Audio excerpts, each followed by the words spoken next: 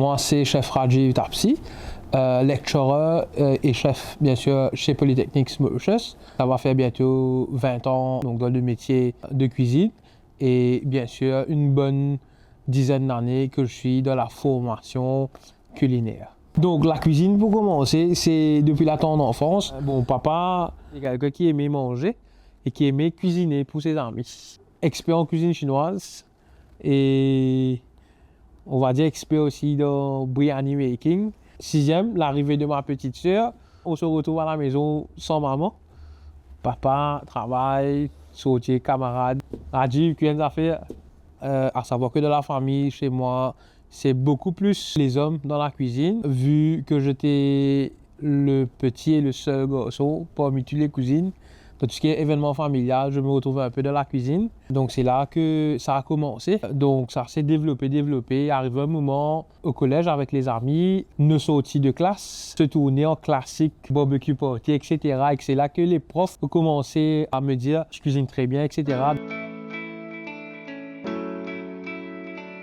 À partir de l'âge de 15 ans, j'avais commencé à entreprendre avec des amis les commandes de mariage. Enfin, pour moi, à l'époque, c'était facile. Œuf rôti, les ailes tournées, wonton, ackien, poulet croustillant, poisson pané, the common things.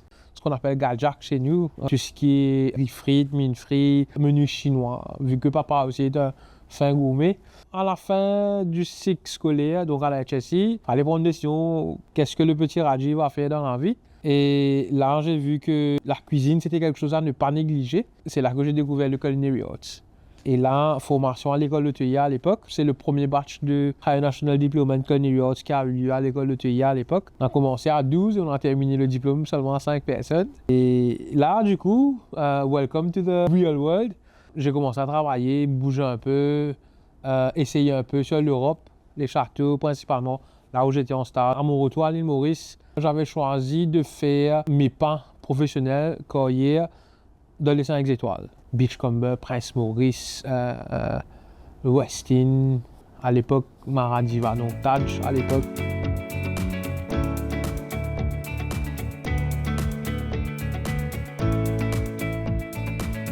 Petit à petit, comme on dit, l'oiseau fait son nid.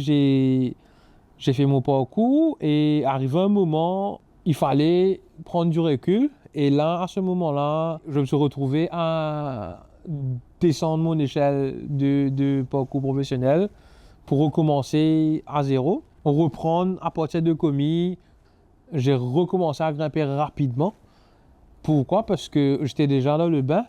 Arrivé un moment, retour aux études, il fallait que j'apprenne aussi au niveau académique, donc compléter mes études tertiaires, donc top-up en Hospitality, Tourism and Leisure.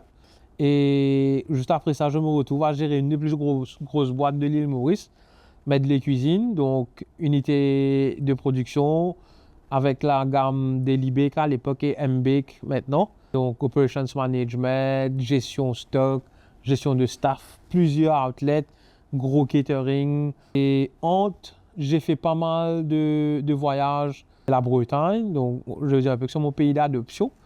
J'ai découvert pas mal de produits que j'aime là-bas. À ce moment-là, à chaque une de mes visites, au retour du pays, je reviens avec quelque chose de nouveau en tête.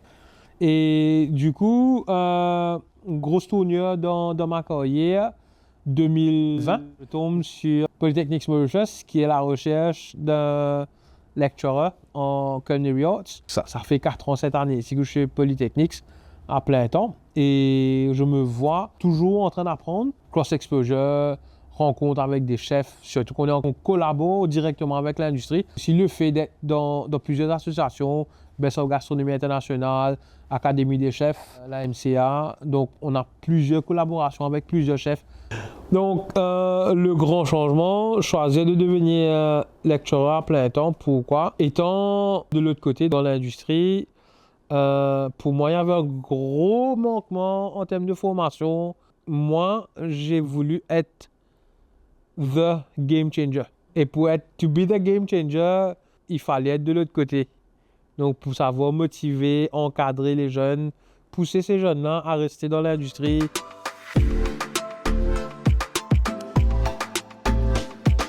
premier plat domestique, minarpelo, retravaillé différemment. À l'époque, en étant gamin, c'était le repas le plus facile à réaliser. Donc, kotomili, queue d'oignon, fromage, petit omelette mi-cuit, petit saucisse grillée avant de mettre dans le minarpelo, etc.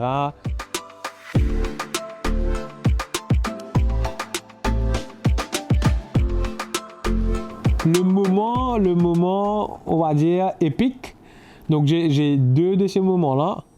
2014, participation de Young Chef Challenge Award, meilleur plat de main course. Deuxième, c'est d'être reconnu au niveau mondial cette année-ci.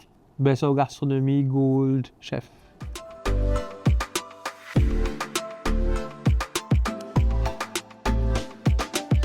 Et mon premier plat en tant que professionnel, c'est un accompagnement, je me rappelle toujours, purée de pommes de terre. Pourquoi je me rappelle de ce plat-là et pourquoi c'était l'un des meilleurs dans mes débuts, c'était au Hilton, avec le chef Nicolas Bobé.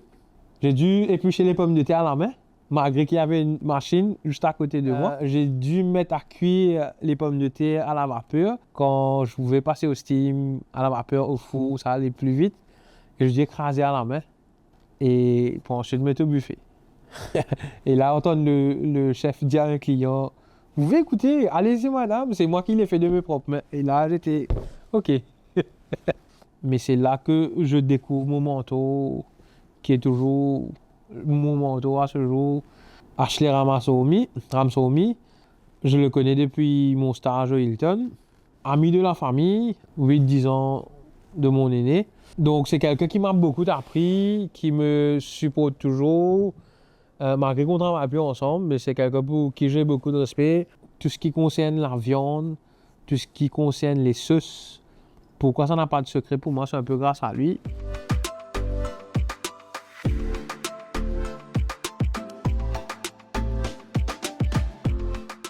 Bon, tu gagnes l'occasion à un moment travailler avec différents chefs. Donc, bien sûr, à mes dépens, gagne toute qualité causée, toutes affaires. Mais à savoir qu'il y a beaucoup de chefs pas réalisés qui nous donnent l'éponge sec, nous peut demander qu'à absorber de l'information, absorber de technique, mais ça facilement décourage quelqu'un si nous donnent toute qualité causée, parce que nous sommes stagiaires, nous jeunes, nous pas nécessairement connaissons toutes affaires, nous commençons l'école, oui, mais pas veut dire qu'il nous comprend la cuisine, etc. Donc la chance, le support de sa main de chef là doit être là. Donc ce qui m'apprend, c'est qu'il bizarre, pas baisser les bras et pas tenir tête, non, parce que plus nous tenir tête à un chef ou un supérieur, quelqu'un qui n'a de la connaissance, il ne peut plus pas montrer.